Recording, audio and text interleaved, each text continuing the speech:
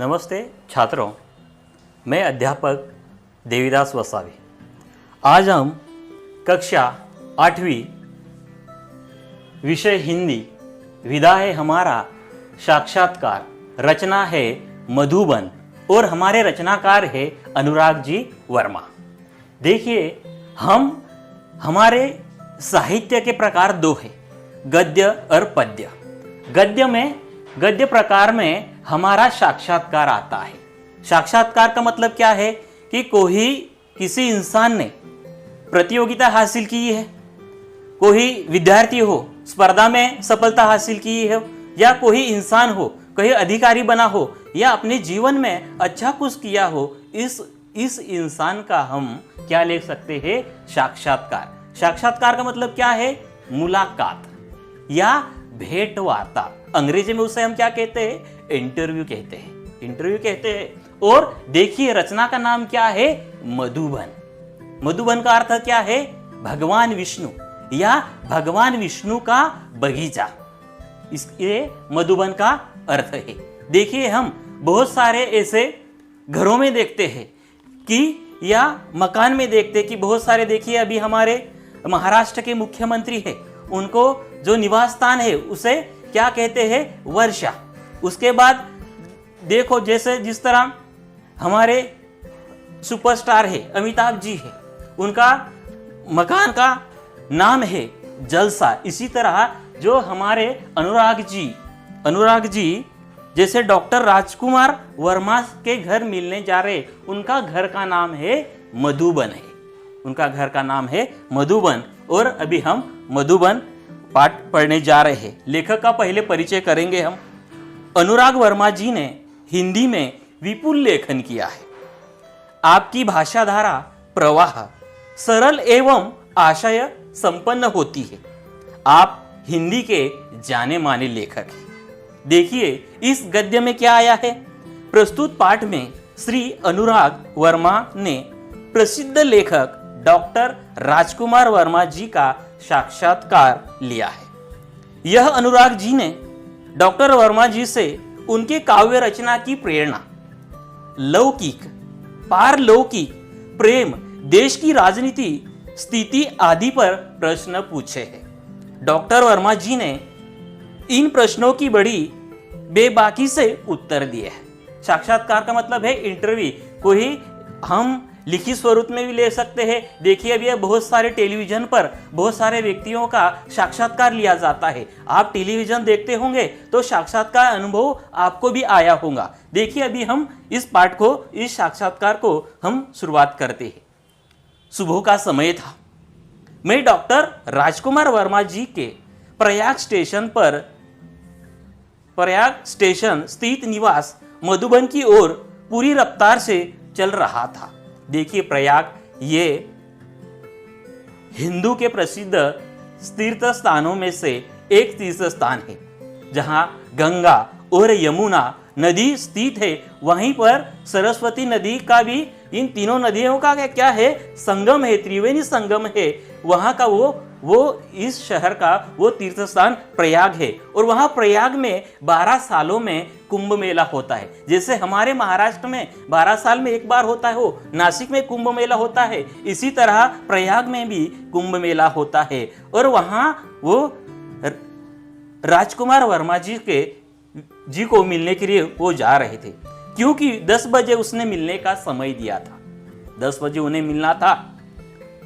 वैसे तो मैंने डॉक्टर साहब को विभिन्न उत्सव, देखिए बहुत सारे उत्सव होते हैं, जैसा अभी हमारा गणेश उत्सव आ रहा है, अभी श्रावण का महीना चल रहा है, तो बहुत सारे त्योहार आ रहे हैं। उसी त्योहार में भी उनको राजकुमार वर्मा जी को देखा है।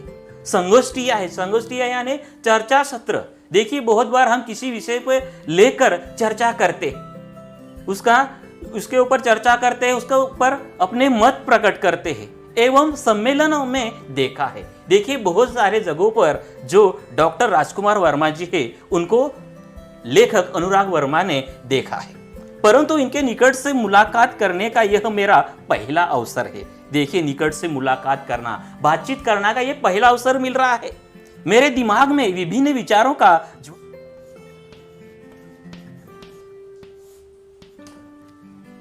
विचारों की हलचल होना। ज्वार उठना का मतलब क्या है? विचारों का हलचल होना। देखिए उसका वाक्य में उपयोग देखो। सुरेश और रमेश बहुत वर्षों बाद अचानक मिले तो एक दूसरे को देखकर भावनाओं का ज्वर उठने लगा। इस तरह हम वाक्य में उपयोग कर सकते हैं। कैसे होंगे डॉक्टर साहब? कैसा व्यवहार होगा उस साहित्य मनीषी का? मनीषी का मतलब है विद्वान। व्यवहार यानी बर्ताव, उनका स्वभाव कैसा होगा यह मुझे पता नहीं। मैंने देखा है बहुत सारे जगहों पर उसके अभी नजदीक से कभी मुलाकात नहीं हुई है। इन तमाम, तमाम का मतलब है सभी।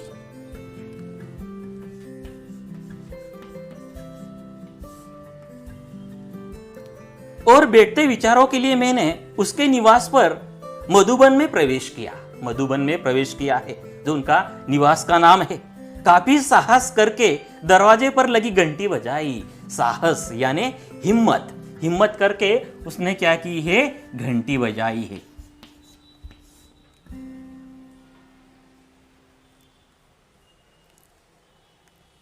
नौकर निकला और पूछ बैठा, क्या आप अनुराग जी हैं?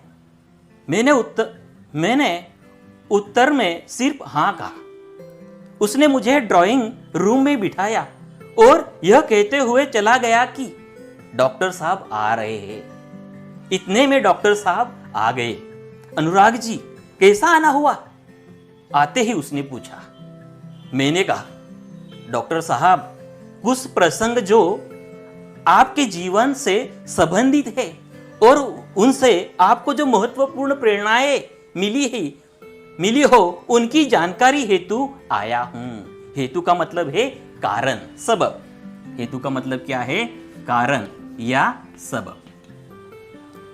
डॉक्टर साहब ने बड़ी सरलता से कहा, अच्छा तो फिर पूछिए। सरलता से कहा कि तो पूछिए। देखिए यहां साक्षात्कार लिया गया। साक्षात्कार लेते समय जो साक्षात्कार लेने वाला है वो सवाल करता है, उसके बाद वो साक्षात्कार देने वाला है वो जवाब देता है, उत्तर देता है। इसी तरह साक्षात्कार किया जाता है, भेंट वार्तालाप किया जाता है। देखिए प्रश्न पूछा है, डॉक्टर साहब काव्य रचना की प्रेरणा आपको कहां से और कैसे प्राप्त हुई? इस संदर्भ में कोई ऐसा प्रसंग बताने का कष्ट करे जैसे आपके जीवन के अंतरंग पहलू का महत्वपूर्ण मोड़ दिया हो। मोड़ का मतलब है बदलाव। किस तरह आपके जीवन में बदलाव आया, जैसे आपका इस जीवन में प्रसंग हुआ है। अंतरंग का मतलब है बहुत करीब। पहलू का मतलब है पार्श्व या बगल। उत्तर, पहले तो मेरे जीवन में समाज की अंध व्यवस्था के प्रति विद्रोह अपने आप ही उदित हुआ। विद्रोह का मतलब क्या है? क्रांति। विद्रोह का मतलब क्या है? क्रांति। कि अपने आप में क्रांति उदित हुई है। सन 1921 में जब मैं केवल 15.5 वर्ष का था, गांधी जी के असहयोग आंदोलन में पारिवारिक एवं सामाजिक व्यवधानों से संघर्ष करते हुए मैंने भाग लिया। देखिए महात्मा गांधी जी, मोहनदास करमचंद गांधी जी, उनका असहयोग आंदोलन था। देखिए यहां एक शब्द आया है असहयोग। असहयोग में देखिए यहां सहयोग ये मूल शब्द है और ये क्या लगा हुआ है? उपसर्ग लगा है। जो मूल शब्द के आगे लगाया जाता है शब्द उसे उपसर्ग कहा जाता है और उसे क्या सहयोग से असहयोग शब्द हुआ है। ये उपसर्ग शब्द है। उस समय स्कूल छोड़ने की बात तो सोची भी नहीं जा सकती थी, मगर मध्य प्रदेश के अंतर्गत नरसिंहपुर में मौलाना शौकत अली साहब आए और बोले, गांधी जी ने कहा है कि अंग्रेजी के तालीम गुलाम बनाने का एक नुस्खा है। देखिए तालीम का मतलब है शिक्षा। तालीम का मतलब है शिक्षा। नुस्खा का मतलब है उपाय, उक्ति।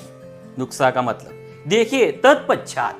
देखिए जैसे हमने यहां उपसर्ग देखा, इसी तरह यहां देखिए तत्पश्चात में ये तत् है, तत् ये उपसर्ग लगा हुआ है। क्या लगा है? उपसर्ग, और मूल शब्द है पश्चात। तत्पश्चात आवाज तेज करते हुए कहने लगे, हे कोई माई का लाल जो कह दे कि मैं स्कूल नहीं जाऊंगा। कोई माई का लाल है जो कह सकता है कि मैं स्कूल में नहीं जाऊंगा, मैं आंदोलन में भाग लूंगा। मैंने अपनी मां के आगे बढ़ी ही श्रद्धा से स्कूल न जाने की घोषणा कर दी। श्रद्धा से मां के सामने कह दिया कि श्रद्धा का मतलब है आस्था। कह दिया कि मैं स्कूल जाने वाला नहीं हूं, स्वतंत्रता संग्राम में मैं भाग लेने वाला हूं। सभी लोग, ये मुहावरा है सकते में आना।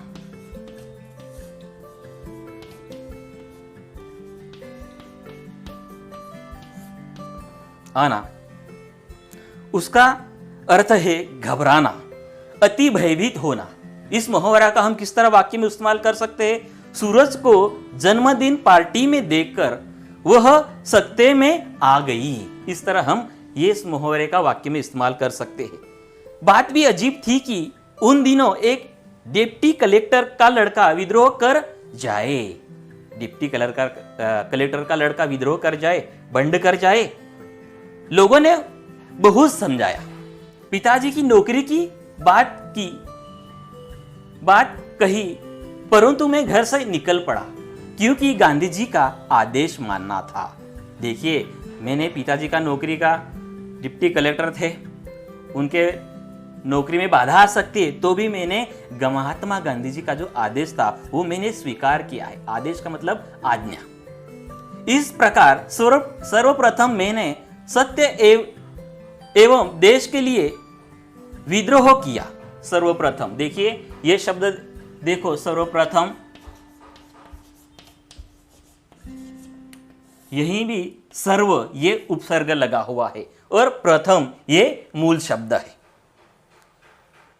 तब तक मैं 16 वर्ष का हो चुका था और राष्ट्रीय ध्वज को लेकर नगर में प्रभात फेरी भी किया करता था। देखिए, हम 15 अगस्त हो, 26 जनवरी हो, तब हम बच्चे सभी गांव में प्रभात फेरी लगाते हैं, हमारे भारत माता की घोषणा हम देते हैं। इसी तरह उसने प्रभात फेरी में भाग लिया है। यह बात सन 1921 की है और इसी समय मैंने देश प्रेम पर एक कविता लिखी। यही मेरा कविता का मंगलाचरण था। देखिए, 1921 में उनके कविता पहली बार लिखी है और वहीं से उनका मंगल यानी शुभ, आचरण यानी व्यवहार या बर्ताव, इसलिए वहीं से मंगलाचरण हुआ है। शुभ कार्य के पहले मांगलिक कार्य का आचरण। यही से मेरा इस कविता लेखन के लिए मेरा आचरण वहीं से शुरुआत हुई है। देखिए, अगला प्रश्न पूछा। प्रश्न, आप मध्य प्रदेश से उत्तर प्रदेश कैसे आए? बताते हैं वो, हिंदी प्रेम ने मुझे मध्य प्रदेश से उत्तर प्रदेश आने को प्रेरित किया, क्योंकि उन दिनों नागपुर विश्वविद्यालय में हिंदी नहीं था। देखिए, मैं मध्य प्रदेश से उत्तर प्रदेश जाने के लिए नागपुर विश्वविद्यालय में हिंदी विषय का अध्ययन या अध्यापन नहीं किया जाता था, तब मैं उत्तर प्रदेश में आया। सन 1925 में मैंने इंटर की परीक्षा उत्तीर्ण की। इंटर का मतलब क्या है? 12वीं कक्षा की परीक्षा या उच्चतर माध्यमिक परीक्षा उसे कहते हैं। तत्पश्चात उच्च शिक्षा हेतु प्रयाग विश्वविद्यालय में मैं प्रवेश लिया। मैंने इसी विश्वविद्यालय से एमए की परीक्षा प्रथम श्रेणी में उत्तीर्ण की। एमए का मतलब है मास्टर ऑफ आर्ट्स। मैंने देखा कि डॉक्टर साहब के चेहरे पर गंभीरता के भाव साफ प्रतिबंधित हो रहे हैं। गंभीरता का मतलब है विचारशीलता, विचारशील। ऐसा प्रतीत हो रहा था जैसे वे अपने अतीत में खो गए हैं। मैंने पुनः सवाल किया। अतीत का मतलब भूतकाल में वो चले गए थे, वो गंभीरता से विचार कर रहे थे और लेखक ने पुनः सवाल किया है, फिर से सवाल किया है। प्रश्न, डॉक्टर साहब, प्राय ऐसा देखा गया है कि कवियों एवं लेखकों के जीवन में उनका लौकिक प्रेम पारलौकिक प्रेम में बदल गया है। देखिए, लौकिक का मतलब है ऐहिक जीवन, पारलौकिक का मतलब है अलौकिक, अपूर्व या अद्भुत। उसमें बदलाव आ गया है बहुत सारे लेखकों का, कवियों का। क्या आपके साथ भी ऐसा हुआ है? राजकुमार वर्मा जी कहते हैं, अनुराग जी, प्रेम मनुष्य की एक प्राकृतिक प्रवृत्ति है। प्राकृतिक यानी नैसर्गिक, प्रवृत्ति यानी स्वभाव। सन 1926 में मेरा विवाह हो गया और मैं गृहस्थ जीवन में आ गया। गृहस्थ जीवन का मतलब है सांसारिक जीवन में वो आ गए हैं। अब मुझे सात्विकता एवं नैतिकता से प्रेम हो गया है। देखिए, उनको सात्विकता और नैतिकता से प्रेम हो गया है। सात्विकता का मतलब है सत्वगुण या नीति, सत्वगुण, और नैतिक का मतलब है नीति। मैंने इसी समय यानी सन 1930 में कबीर का रहस्यवाद लिखा। रहस्यवाद का मतलब है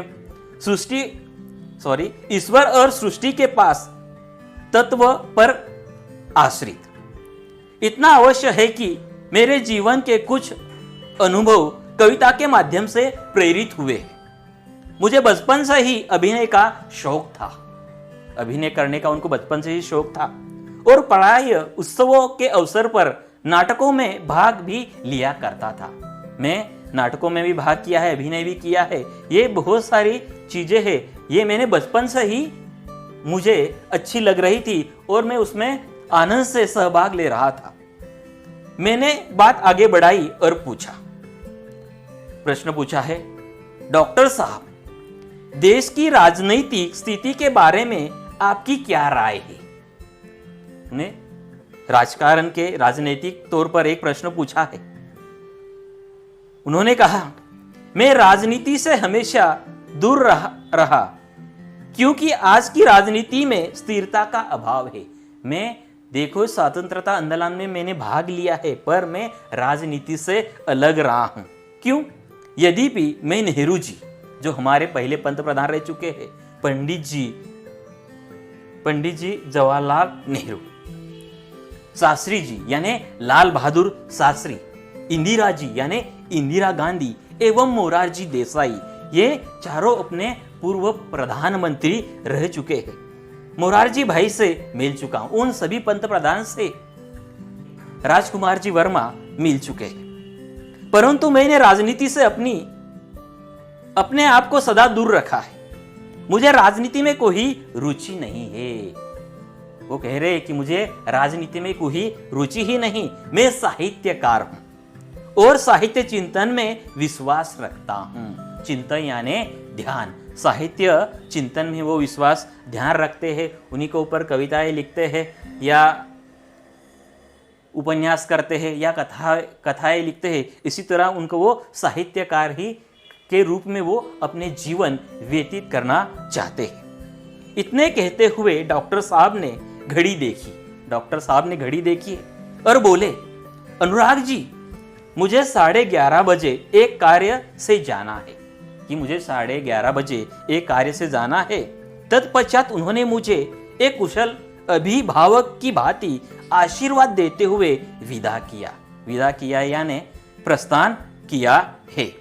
कि इसी तरह ये साक्षात्कार लिया गया है। देखिए, साक्षात्कार लेने वाले हैं अनुराग जी वर्मा और साक्षात्कार देने वाले हैं रामकुमार जी वर्मा। इसी तरह ये साक्षात्कार लिया जाता है और साक्षात्कार में सवाल पूछा जाता है। सवाल पूछने के बाद उसमें जवाब देना पड़ता है, उत्तर देना पड़ता है। इसी साथ कि ये साक्षात्कार, ये घटक, ये विधा आज यही समाप्त होता है।